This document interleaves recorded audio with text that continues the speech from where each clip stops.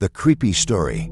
The Forgotten Hotel. I'm someone who enjoys traveling alone. After visiting most of the major cities in California, I decided to check San Diego off my bucket list. I stayed at a decent hotel near downtown. Everything seemed fine until I met a man in the lobby. He was a bit older than me and struck up a conversation, asking where I was from, how long I would be staying, and if I had been to San Diego before. It was his second time here, and he was also alone. He kindly offered to take my bags up to my room since he was going to the second floor anyway. I accepted his offer, appreciating his gesture. He carried my bags to the elevator, and we went up to the second floor. He set my bags outside my room and said it was great meeting me and to enjoy my stay. I thanked him and watched as he walked down the hall. I closed the door behind me, set my bags on the bed, and lay down for a quick nap. A few hours later, I went back downstairs, planning to go out. As I passed the front desk, the receptionist called me over. She asked what the man had done when we went upstairs. I told her he had just helped me with my bags to my room. She then warned me that the man had been standing outside the hotel for a while and had entered just after I did. She told me she was fairly sure he wasn't a guest, and if I saw him again, I should stay away. This made me uneasy, but I hoped she was mistaken and that he was just being friendly. I spent the rest of the day exploring the city. When I came back later to change for dinner, I was greeted by a new receptionist. After showering and changing into my clothes, I lay down again for a quick power nap. During this time, there was a knock at the door, followed by a quiet voice saying, "Housekeeping." I hadn't requested housekeeping, and it was my first day there. I looked through the peephole but saw no one. This scene immediately.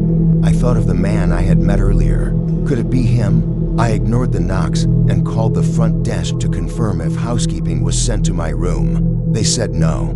For my safety, I asked for someone to come to my room. A few minutes later, a hotel maid knocked, and I explained the situation. She helped me, and I left the hotel to go to dinner. After dinner, I went on a city lights tour and explored some popular areas at night. When I returned to the hotel around 10 p.m., I went up to the front desk and explained what had happened with the man earlier. I asked if she had seen anyone matching his description. She said no, and to make me feel better, she checked the live surveillance footage of my floor. There was no one in the halls. I thanked her and went upstairs to my room. I changed clothes and lay in bed, turning on the TV to fall asleep. Soon, the noise from the TV faded as I drifted into sleep. But then, I felt the bed shift as something put weight on the other side. I turned over and saw a man wearing a black mask and a baseball hat getting onto the bed and reaching for me. He grabbed me and tried to cover my mouth to stop me from screaming. But I fought back long enough to scream for help. Just as the man realized his plan wasn't working, he opened the door and shoved a woman who was knocking to the floor before running down the hall toward the stairs. The woman entered and checked on me while I was in complete shock, followed by tears. People from nearby rooms came out to see what happened, and hotel staff arrived soon after. The police were called.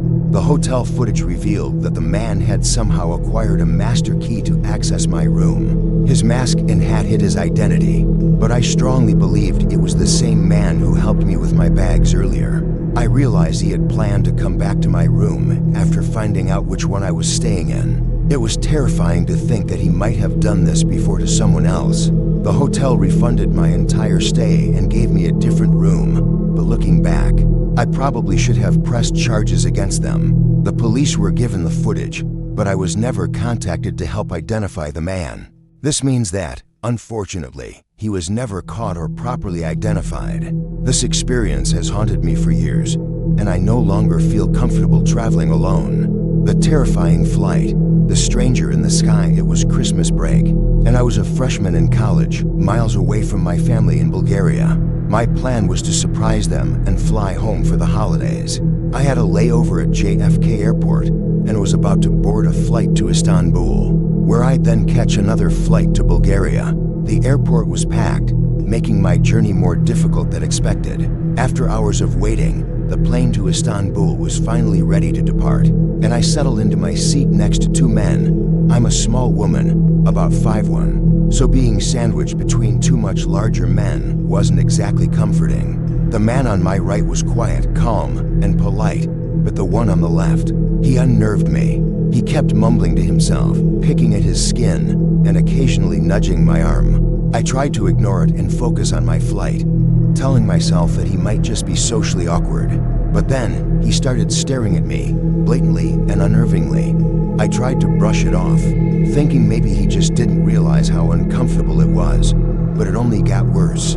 At one point, he leaned over and asked, "Why are you watching a show that misrepresents mentally ill murderers?" I was startled by the question, but kept my composure and asked if he needed anything. That's when he said, "I just think it's messed up how everyone thinks people who skin others alive are crazy. Aren't we all like that?" I froze. My stomach turned, and my heart raced.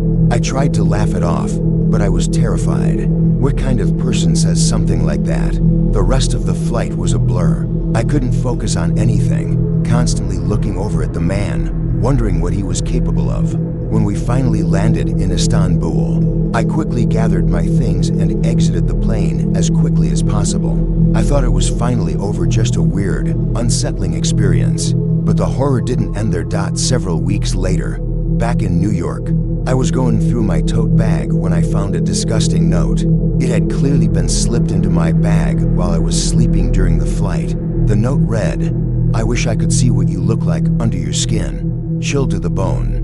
I threw the note away, trying to push the memory out of my mind.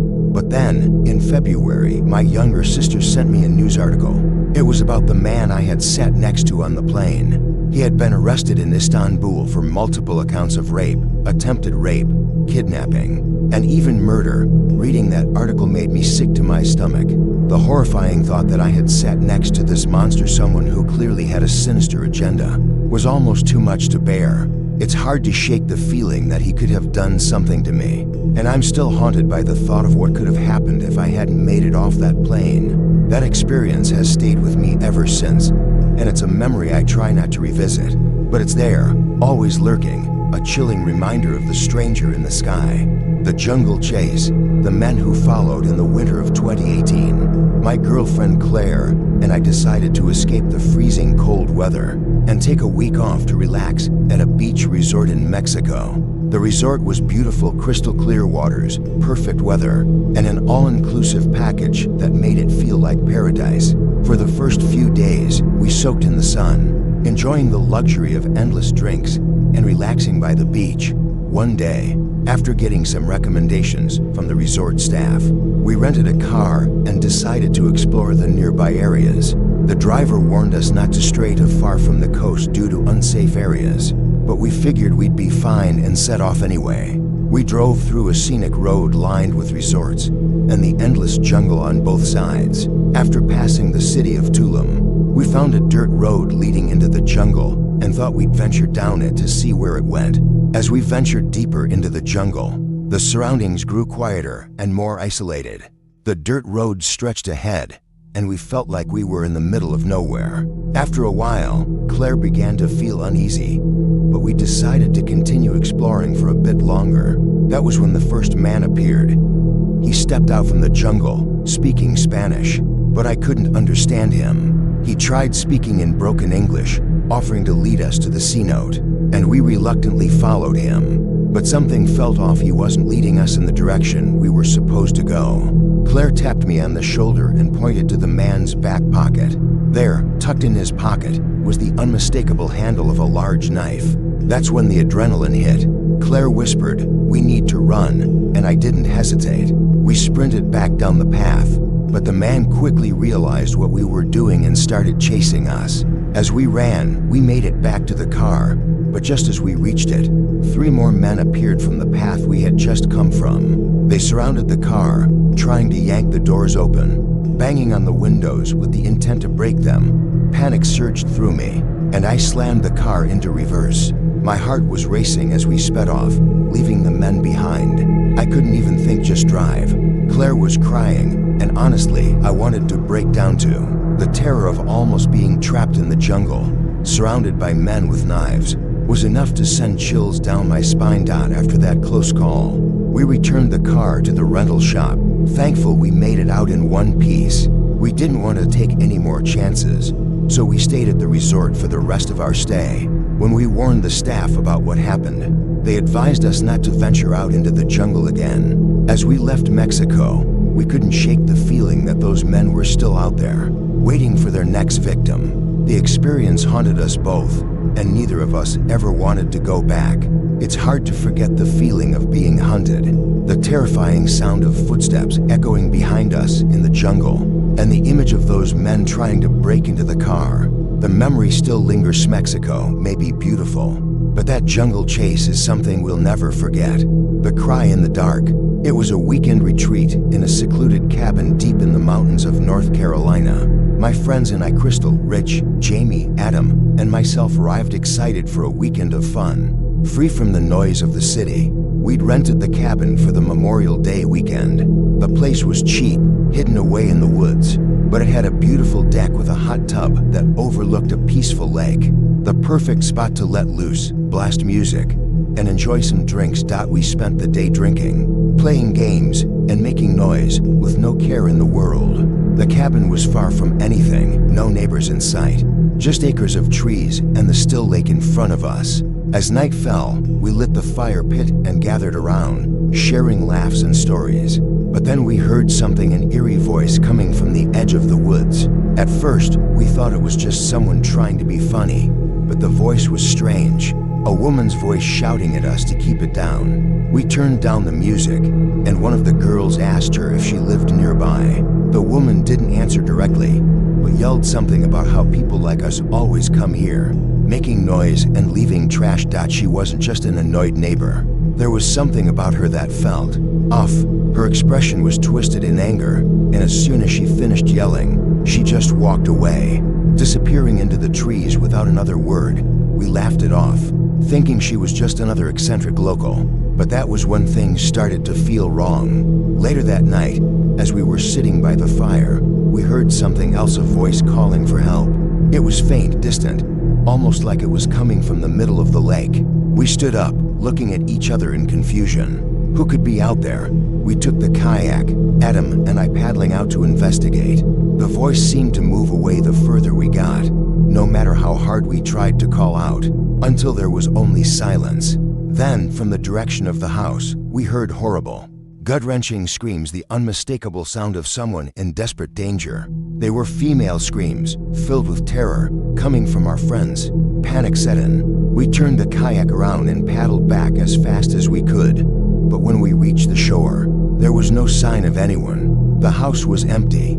Our friends had disappeared without a trace. We searched everywhere, calling their names, but there was no answer. In desperation, we took Adam's truck and drove down the road to find help. We came across a house not far from the cabin, and we knocked, hoping to find someone who could help.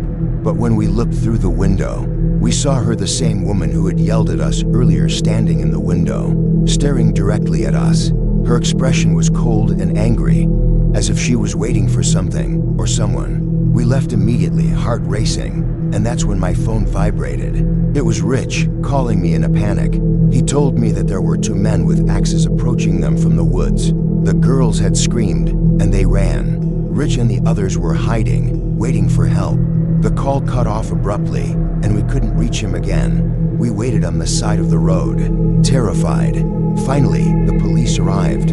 We drove up the road to find our friends, who emerged from the woods, shaken and terrified. They had been running from the men with axes, and they recounted the whole nightmare. But when the police arrived at the cabin, they found nothing, no signs of the men with axes, no evidence of anyone being there. The only strange thing was the woman. We didn't know if she was connected to the men, but something told us that we had narrowly escaped something far worse. We never went back to that cabin, and to this day, none of us can explain what really happened that night. Was it a trap, a haunting, or something far darker lurking in those woods? We never found out, and we never wanted to.